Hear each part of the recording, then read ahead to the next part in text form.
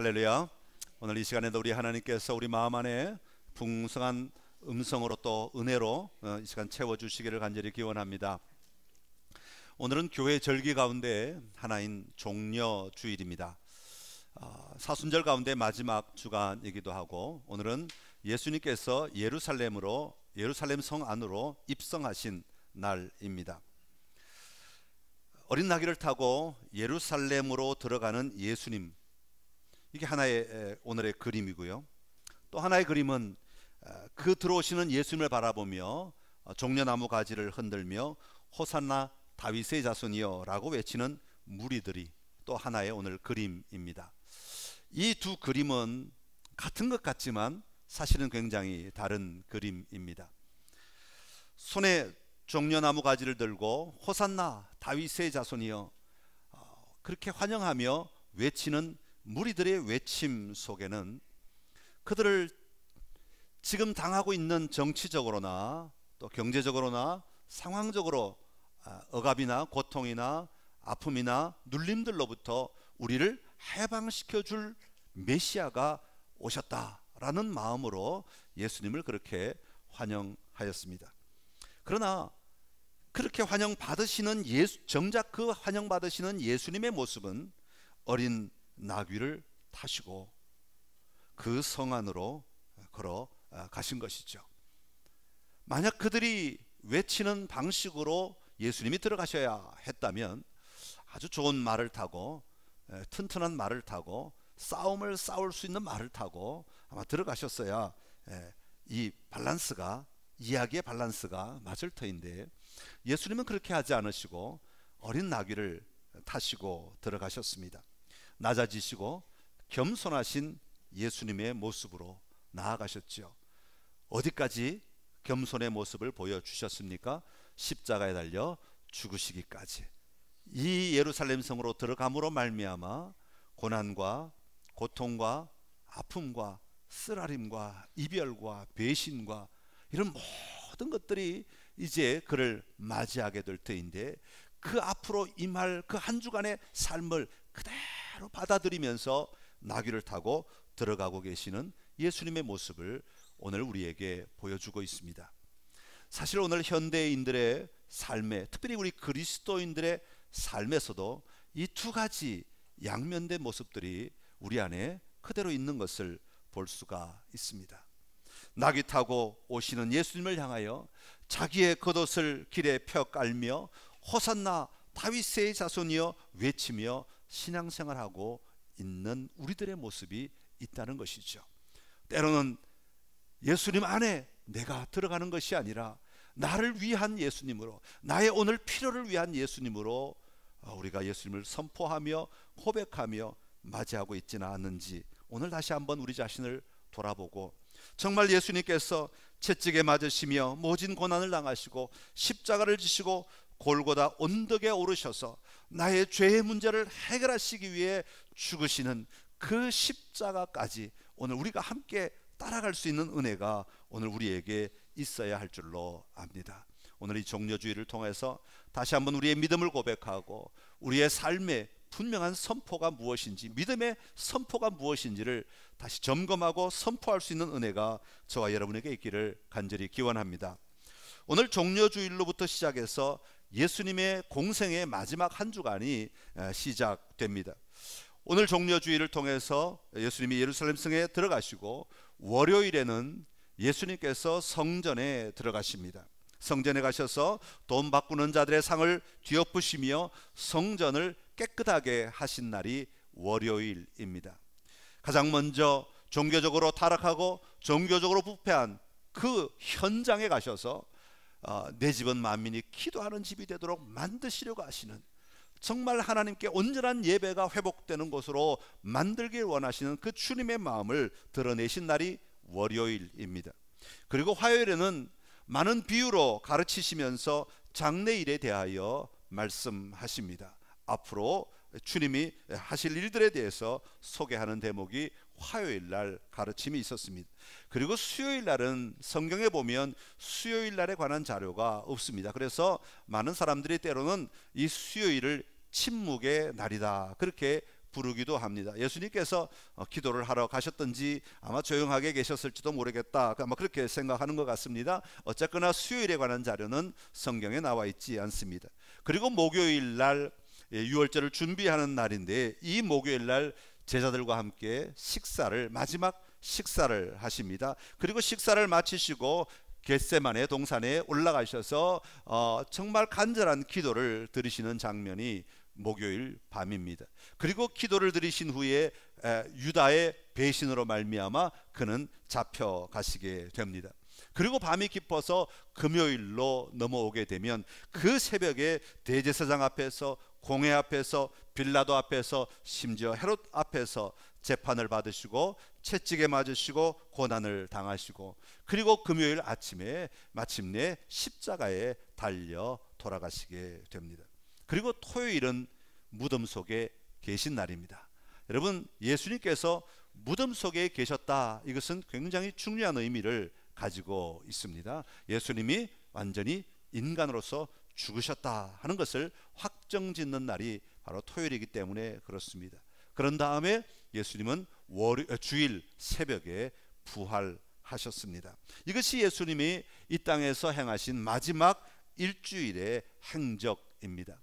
오늘은 종려주일이지만 예수님이 이 일주일의 행적 가운데 특별히 목요일에 행하셨던 주의 만찬, 우리가 흔히 최후의 만찬이라고 부르는 이 예수님의 마지막 식사 장면을 함께 나누려고 합니다.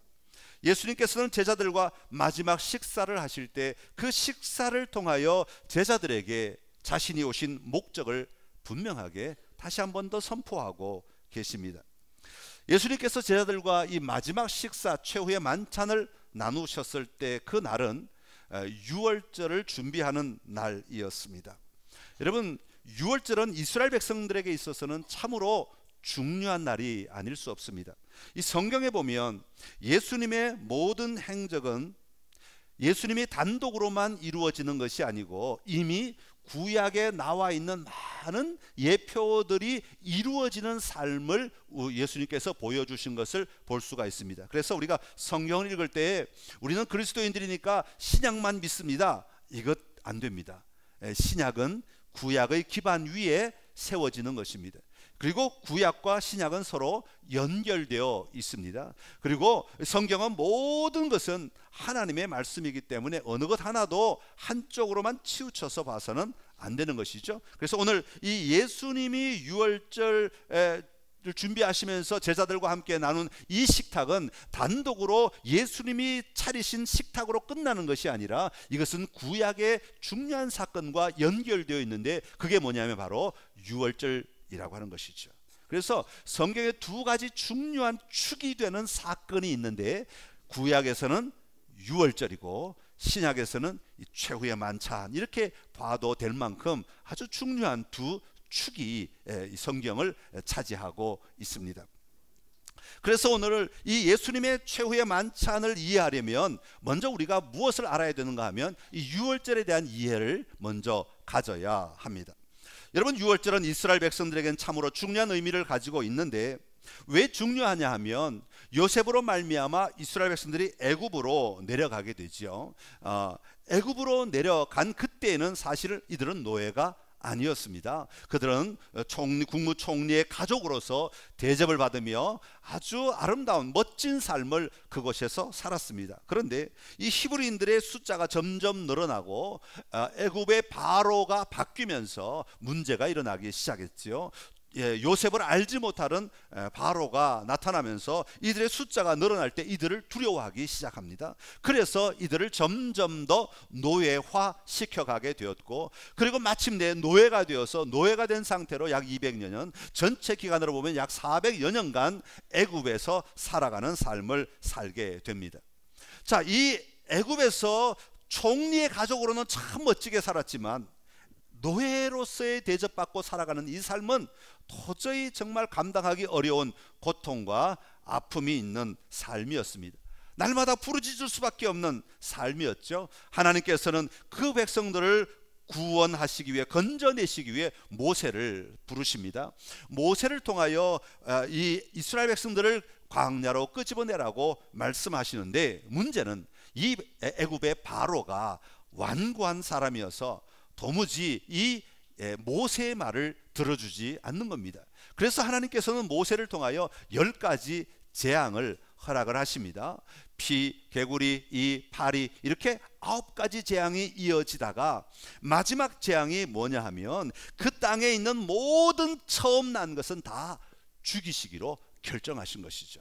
여러분, 처음 난 것을 죽인다는 것은 처음 첫 번째 되는 것만 죽이겠다, 그런 의미가 아니라 사실 여기에 담긴 의미는 모두를 죽이겠다, 모두에게 죽음이 임한다라는 것을 의미하는 겁니다. 여러분, 이 성경에서 첫 번째라고 하는 것은 순서상으로도 첫 번째이지만 첫 번째라는 것은 모든 것을 대표하는 의미를 가지고 있습니다.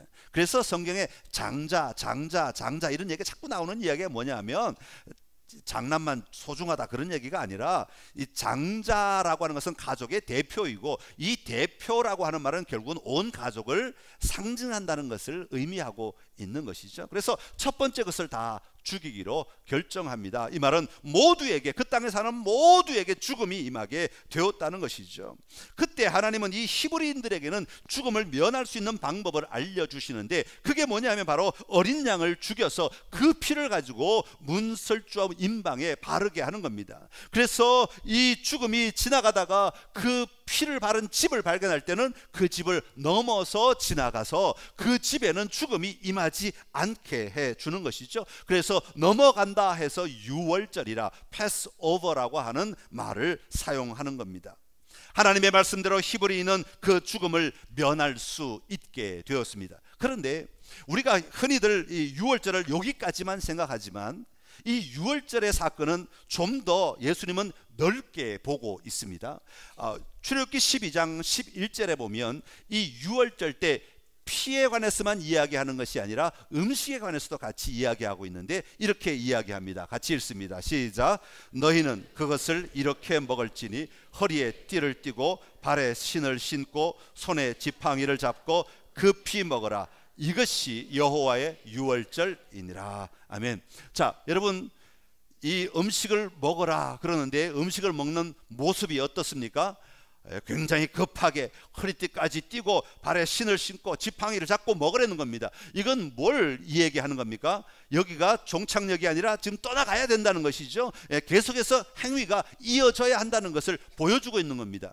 여러분, 사실 유대인들은 지금도 중동 사람들은 식사할 때 어떻게 하냐면 왼손으로 땅을 이렇게 짚고 거의 반쯤 누워서 오른손으로 음식을 집어 먹는 것이 일반적인 식사 문화입니다. 지금도 그렇게 한다고 해요.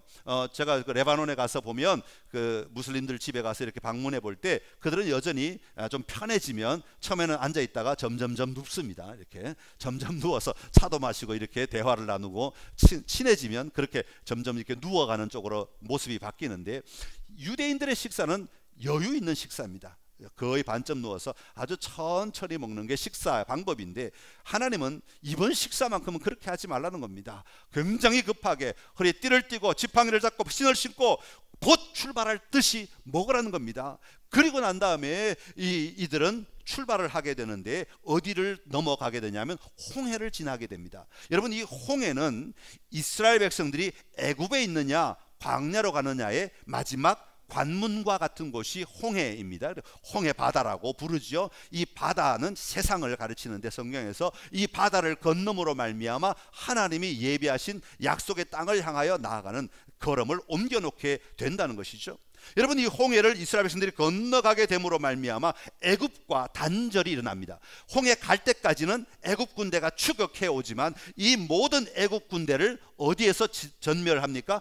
홍해 바다 속에서 하나님은 완전히 전멸시키시죠. 그래서 이 홍해로 말미암아 애굽과 하나님의 인도하시는 삶이 완전히 구분되게 되는 지점이 바로 이 홍해입니다.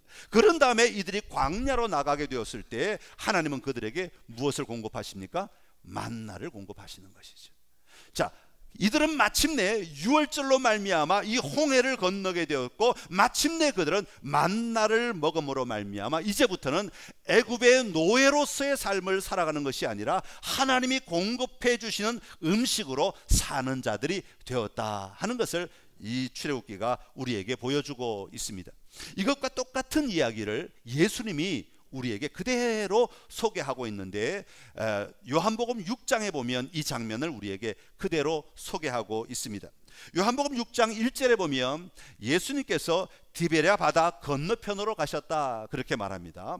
이 디베랴 바다라고 하는 것은 갈릴리 호수를 이야기하는데 굳이 디베랴 바다라고 표현을 합니다. 왜냐하면 바다는 세상을 상징한다고 말씀드렸죠. 그 다음에 예수님께서 이 디베랴 바다를 건너편으로 가셔서, 그곳은 어디였냐 하면 바로 광야였습니다. 우리가 수요일날 수요 예배 때 말씀을 2주 전부터 계속 나누고 있는데, 이 부분을 나누고 있는데, 광야에 가셔서 예수님이 행하신 놀라운 이적이 있습니다. 그게 뭐냐면 바로 오병이어의 기적입니다. 자, 디베랴 바다를 건너가셔서 광야에서 오병이어의 기적이 일어났습니다. 여러분, 뭔가가 보이십니까? 출애굽한 이스라엘 백성들이 홍해를 건너서 광야에 왔을 때 하나님이 만나를 내려 주셨다는 것과 같은 맥락으로 지금 예수님은 그들에게 예수님이 누구신가에 대하여 이스라엘 백성들에게 지금 그들이 알고 있는 역사를 기반으로 해서 이야기해 주고 있는 것이죠. 요한복음 6장 31절에서 33절에 보면 이렇게 기록하고 있는데요, 같이 읽겠습니다. 기록된 바 하늘에서 그들에게 떡을 주어 먹게 하였다 함과 같이 우리 조상들은 광야에서 만나를 먹었나이다. 예수께서 이르시되 내가 진실로 진실로 너희에게 이르노니 모세가 너희에게 하늘로부터 떡을 준 것이 아니라 내 아버지께서 너희에게 하늘로부터 참떡을 주시나니 하나님의 떡은 하늘에서 내려 세상에 생명을 주는 것이니라. 아멘, 할렐루야. 자, 하나님께서 주시는 이 떡은 생명을 주는 것이다 라고 말씀하고 있습니다. 홍해를 건넌 이스라엘 백성들에게 만나를 내려주심으로 말미암아 그들에게 그 땅을 걸어갈 수 있는 생명을 주셨던 것처럼, 그러나 그것은 예표였기 때문에 완전한 것은 아니었다. 미래를 준비하는 그림이었기 때문에 완전한 것은 아니었다. 그들은 광야에서 다 죽게 되었지만, 그러나 그 삶을 살아가는 동안에 하나님은 하늘에서 만나를 공급해 주신 것처럼, 이제 예수 그리스도로 말미암아 하나님은 하늘의 생명의 떡을 공급해 주시는데, 이 떡을 먹는 자는 만나를 먹은 사람처럼 죽는 게 아니라 생명을 누리게 될 것이다 라는 것을 이야기해 주고 있는 것이죠. 그것을 설명한 대목이 48절부터 51절의 말씀입니다. 같이 읽습니다. 내가 곧 생명의 떡이니라. 너희 조상들은 광야에서 만나를 먹었어도 죽었거니와 이는 하늘에서 내려오는 떡이니 사람으로 하여금 먹고 죽지 아니하게 하는 것이니라. 나는 하늘에서 내려온 살아있는 떡이니 사람이 이 떡을 먹으면 영생하리라. 내가 줄 떡은 곧 세상의 생명을 위한 내 살이니라 하시니라. 아멘. 예수님은 점점 더 구체적으로 이게 무슨 의미를 가지고 있는지를 설명하고 계시면서 또 이렇게 이야기합니다. 53절부터 58절까지 말씀입니다. 예수께서 이르시되 내가 진실로 진실로 너희에게 이르노니 인자의 살을 먹지 아니하고 인자의 피를 마시지 아니하면 너희 속에 생명이 내 살을 먹고 내 피를 마시는 자는 영생을 가졌고 마지막 날에 내가 그를 다시 살리리니 내 살은 참된 양식이요 내 피는 참된 음료로다. 내 살을 먹고 내 피를 마시는 자는 내 안에 거하고 나도 그의 안에 거하나니 살아계신 아버지께서 나를 보내심에 내가 아버지로 말미암아 사는 것 같이 나를 먹는 그 사람도 나로 말미암아 살리라. 이것은 하늘에서 내려온 떡이니 조상들이 먹고도 죽은 그것과 같지 아니하여 이 떡을 먹는 자는 영원히 살리라. 아멘, 할렐루야. 사랑하는 성도 여러분, 우리 예수님의 살을 먹고 피를 마신다는 것은 무엇을 의미합니까? 예수 그리스도께서 나를 위하여 죽으셨다는 사실을, 나의 죄의 문제를 해결하셨다는 사실을 믿는 믿음인 것이죠. 여러분, 무엇을 믿습니까? 예수님이 이 땅에 오셔서 나에게 참된 생명을 주셨다는 사실을 믿는 것입니다. 십자가에 달리시고 그 몸을 찢기시고 상하시며 나의 죄를 해결하시기 위해 십자가 위에서 마지막 피 한 방울까지 흘려주심으로 말미암아 마침내 십자가에 죽으심으로 자기의 생명을 내어주실 때 그 생명이 우리에게는 영원한 생명이 되어서 우리로 하여금 하나님 안에서 영원한 생명을 누리며 살아갈 수 있게 만들어 주신 것이죠. 오늘 우리는 바로 그 생명을 얻은 자 되었던 것입니다. 오늘 우리는 그 생명을 얻은 자로서 생명의 떡이신 예수님을 바라보며 사는 자가 되어야 한다고 성경은 우리에게 가르치고 있는 것이죠. 예수님은 최후의 만찬을 통하여 바로 이 사실을 제자들에게 가르치고 계신 것입니다. 오늘 여러분의 삶 속에서도 생명의 떡이신 예수 그리스도를 바라볼 때마다 믿음으로 그 떡이 나를 위한 것이고 그 피가 나를 위한 것임을 고백하심으로 여러분 안에 있는 영원한 생명을 확신하시며 담대하게 그 생명으로 하나님의 앞에 설 때까지 승리하는 삶을 살아가는 은혜가 저와 여러분에게 있기를 간절히 기원합니다. 여러분, 그렇기 때문에 이 믿음을 고백하는 사람들의 모임을 교회라고 이야기하는 거예요. 교회 공동체가 가져야 하는 귀한 믿음의 고백은 여러분 다른 게 아닙니다. 끊임없이 우리는 예수 그리스도로 말미암아 생명을 얻었고 그 생명이 내 안에 있음을 고백하는 공동체가 교회 공동체가 되는 것입니다. 여러분, 그래서 우리가 목장에 모이거나 또 여전도에 모이거나 남성교회에 모이거나 아니면 뭐 다른 섬김의 자리에 모이거나 어떤 부서에서 모이거나, 여러분, 우리 그리스도인들의 관계의 근원은 바로 이 생명입니다. 예수 그리스도로 말미암는 생명, 이게 근원인 것이죠. 다른 것이 근원이 되어서는 안 됩니다. 뭐 직장이 근원이 되어서도 안 되고, 뭐 학교가 근원이 되어서도 안 되고, 다른 뭐 어떤 자기 지역이 근원이 되어서도, 그런 게 우리 교회는 연결고리가 아닙니다. 우리의 관계성은, 교회의 관계성은, 교회 공동체의 관계성은 모두가 다 같은 신앙 고백을 하는 공동체라는 것입니다. 예수님은 나의 생명의 떡이십니다. 내가 예수님을 먹음으로 말미암아, 예수님을 믿음으로 말미암아 우리에게 영원한 생명이 주어진 자들입니다. 이것을 고백하는 공동체가 바로 교회 공동체인 것이죠. 그래서 예수님은 이 공동체가 함께 살아가기 위해서 이 주의 만찬, 성만찬을 제정하시면서 너희가 이것을 날마다 행하라, 그렇게 말씀하고 있는 것이에요. 성경에 보면, 또 아니면 다른 자료들에 보면, 저희들은 성만찬을 1년에 몇 번 정도 아주 그냥 연례 행사처럼 하지만, 초대교회의 성경의 모습들을 가만히 보면 초대교회 교인들은 모일 때마다 성만찬을 했던 것 같아요. 다시 말하면 식사 후에 그들은 성만찬을 했다, 그렇게 기록되는 부분도 있는데, 이 식사와 성만찬이 하나가 되는 것 같아요. 그러니까 식사를 준비하고 식탁에 다 둘러 앉아서 그들은 같이 기도를 하는데, 그 대표자가 떡을 들고 갑자기 기도를 하기 시작하는 겁니다. 여러분, 우리가 먹는 이 떡은 단지 우리의 육신만을 채우기 위한 음식이 아니라 예수 그리스도께서 우리를 위하여 내어주신 그 살입니다. 그러면 모든 사람들이 아멘 하는 거예요. 그리고 또 계속해서 기도합니다. 우리가 마시는 이 잔은 예수 그리스도께서 우리를 위하여 십자가 위에서 그 한 방울 아끼지 아니하시고 끝까지 쏟아주신 예수 그리스도의 피입니다. 우리가 이것을 마심으로 말미암아 우리에게 영원한 생명이 있음을 함께 고백합시다.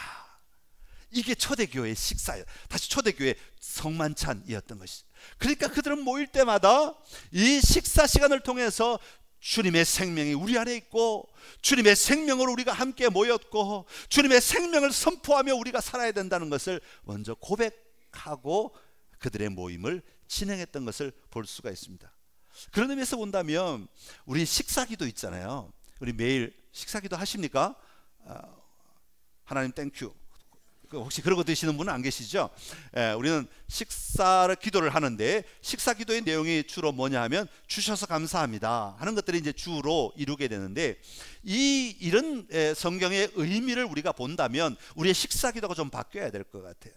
어떻게 바뀌었으면 좋을까요? 주님, 오늘 이 식탁을 우리가 대합니다. 이 밥을 먹을 때 나를 위해 상하고 찢기신 그 주님의 살을 먹는 심정으로 제가 이 식탁에 참여합니다. 주님, 오늘 내가 이 국을 뜰 때에 나를 위하여 피 흘려주신 그 주님의 보혈을 기억하며 내가 이 국을 먹겠습니다. 주님의 그 사랑 안에 내가 들어가겠습니다. 오늘 이 음식을 통하여서 주님의 그 영원한 생명이 내 안에 있음을 고백합니다. 그리고 이 생명으로 또 나에게 주어진 시간을 살게 해주십시오. 이렇게 기도하며 식사해야 될 것 같아요. 그게 여러분 가족들과 함께 드리는 성만찬이 되는 거예요. 또 목장이 모여서 같이 식사할 때도 마찬가지예요. 목장들이 모여서 함께 이 믿음을 고백하고 같이 식사에 참여한다면 그 목장에 벌써 성만찬이 일어난 것이죠. 주님을 기억하고 주님의 생명의 떡이심을 선포하는 공동체가 모여서 함께 예배하고 함께 신앙을 고백하고 함께 삶을 나누는 그 자리에 하나님의 영원한 역사가 일어나게 되는 것입니다. 오늘 여러분 삶의 자리에 이 놀라운 예수 그리스도의 살아 역사하심을 보는 은혜가 오늘 여러분에게 있기를 간절히 기원합니다. 여러분, 신앙은 기억 속에서 자라나는 겁니다.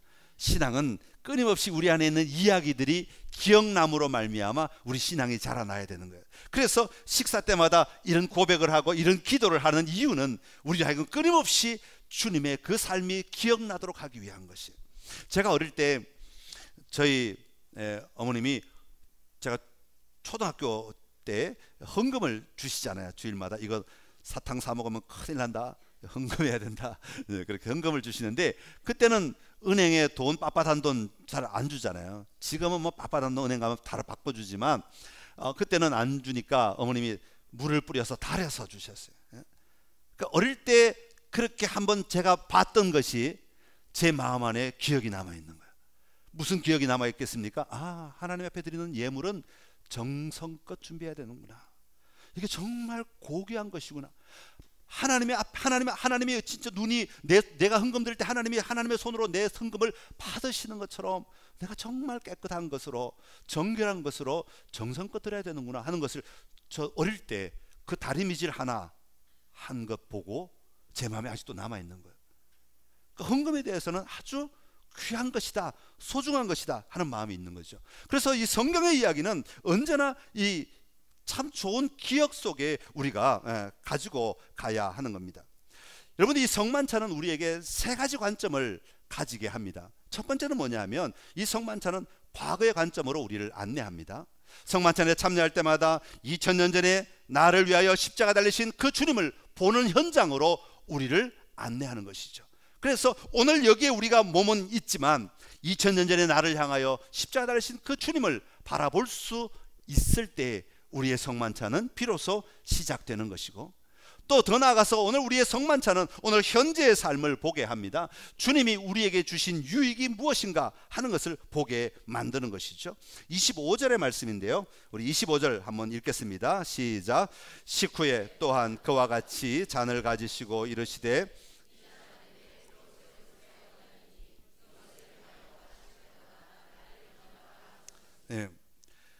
주님께서 마시라 말씀하시는 그 현장 속에 내가 함께 있으면서 오늘 나에게 주님과 함께 교제하며 누리는 식탁이 되어야 한다, 그렇게 말하고 있는 거죠. 이것은 단지 밥 먹는 것이 주님과 함께 교제하는 것이 아니라 주님이 주신 유익들 오늘 내 삶에 누리는 것을 의미합니다.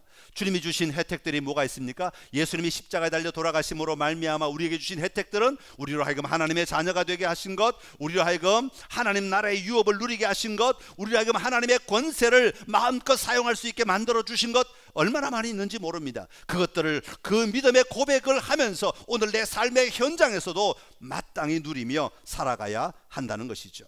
그리고 마지막으로 이 성찬에 참여한다는 것은 우리의 미래의 관점으로도 함께 열어가야 합니다. 26절의 말씀인데 우리 같이 읽겠습니다. 너희가 이 떡을 먹으며 이 잔을 마실 때마다 주의 죽으심을 그가 오실 때까지 전하는 것이니라. 아멘. 주의 죽으심을 그가 오실 때까지 전하는 것이다. 여러분, 이 말 속에는 미래가 포함되어 있습니다. 어떤 게 미래입니까? 그가 오실 때까지. 여러분, 우리의 믿음 안에는 주님 반드시 다시 오신다 하는 미래의 소망이 오늘 이 성만찬에 참여하면서 고백되어져야 하는 믿음이라고 하는 것이죠.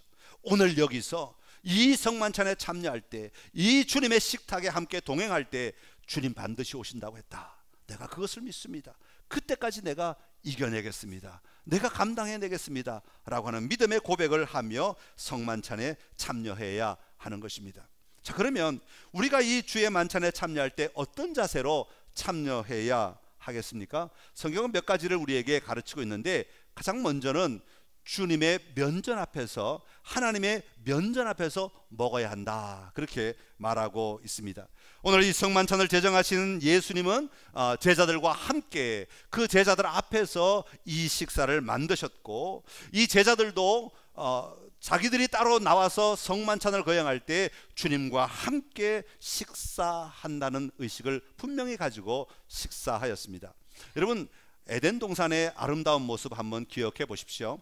선악과를 제외한 모든 나무의 실과는 다 따먹게 하였습니다. 그것이 이 아담과 하와의 식사 시간이었겠죠. 여러분, 이 아담과 하와의 식사 시간은 하나님과 분리된 시간이 아니라 하나님 앞에서 먹는 시간이었습니다. 하나님 앞에서 누리며 하나님 앞에서 기뻐하며 그 모든 것들을 누리는 시간이었다는 것이죠. 그러나 인간이 죄를 범함으로 말미암아 숨을 수밖에 없었고 피할 수밖에 없게 되었죠. 그 뒤로 하나님은 가끔씩 인간을 만나주시고 인간과 함께 식탁의 자리를 가지시는 경우들이 있는데, 그게 뭐냐면 희생제사를 드리는 순간에 하나님은 그 제사를 받으시고 그들과 함께 식탁의 교제를 이루신 것을 볼 수가 있습니다.